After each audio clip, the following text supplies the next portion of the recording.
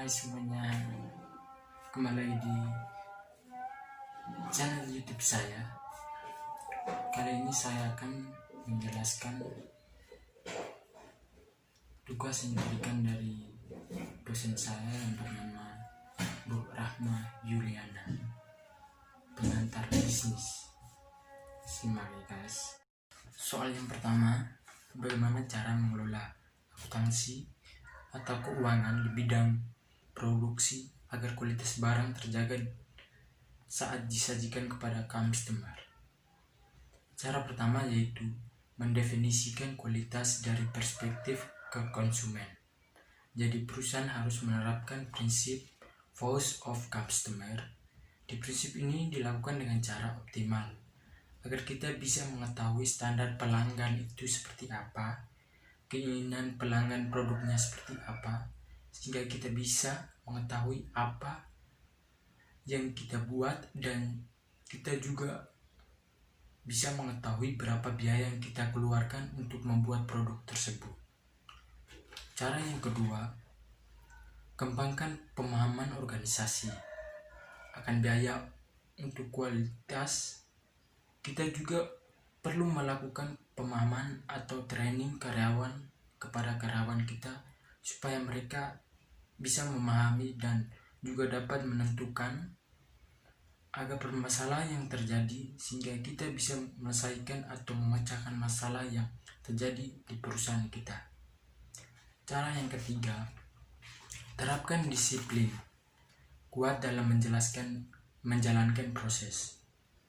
Kedisiplinan sangatlah penting karena kedisiplinan dan adanya tim kerjasama yang solid, hal ini dapat mencegah atau mengantisipasikan perubahan kualitas produk kita yang terjadi. Kualitas tiba-tiba kualitasnya turun, jadi kita harus sama-sama konsisten dalam menjalankan usaha atau proses yang kita kerjakan.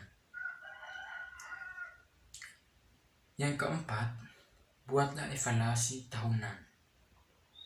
Ada dua tujuan evaluasi tahunan, yaitu yang pertama, evaluasi tahunan dapat diperlihatkan pencapaian perusahaan selama 1 tahun.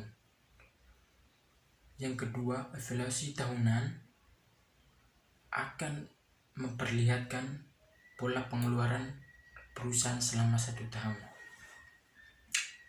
Hal ini sangat penting juga untuk perkembangan perusahaan kita.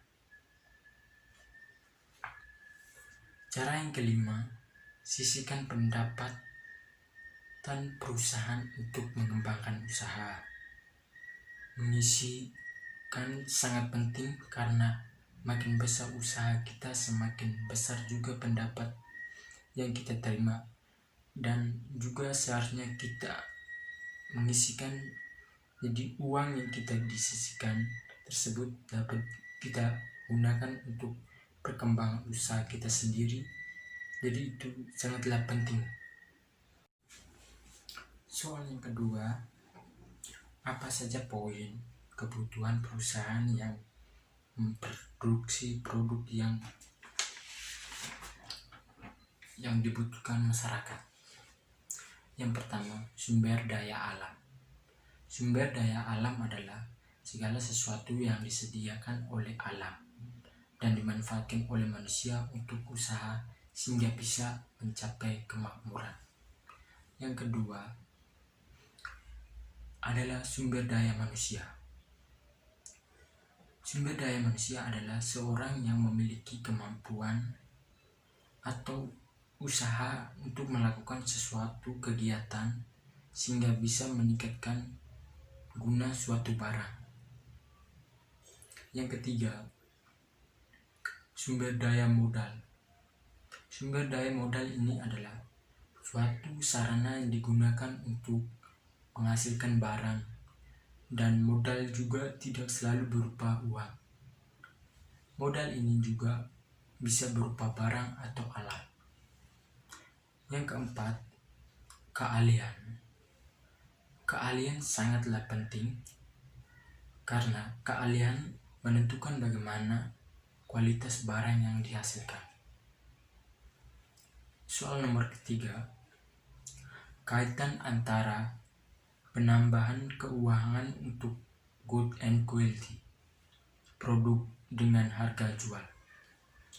Sangat berkaitan dikarenakan jika kualitas tinggi dan barang bagus, maka harganya juga mahal. Tapi sarankan jangan terlalu mematokkan harga yang terlalu mahal dan juga jangan terlalu rendah. Kita harus bisa menetapkan standar harga secara tepat. Contohnya pembuatan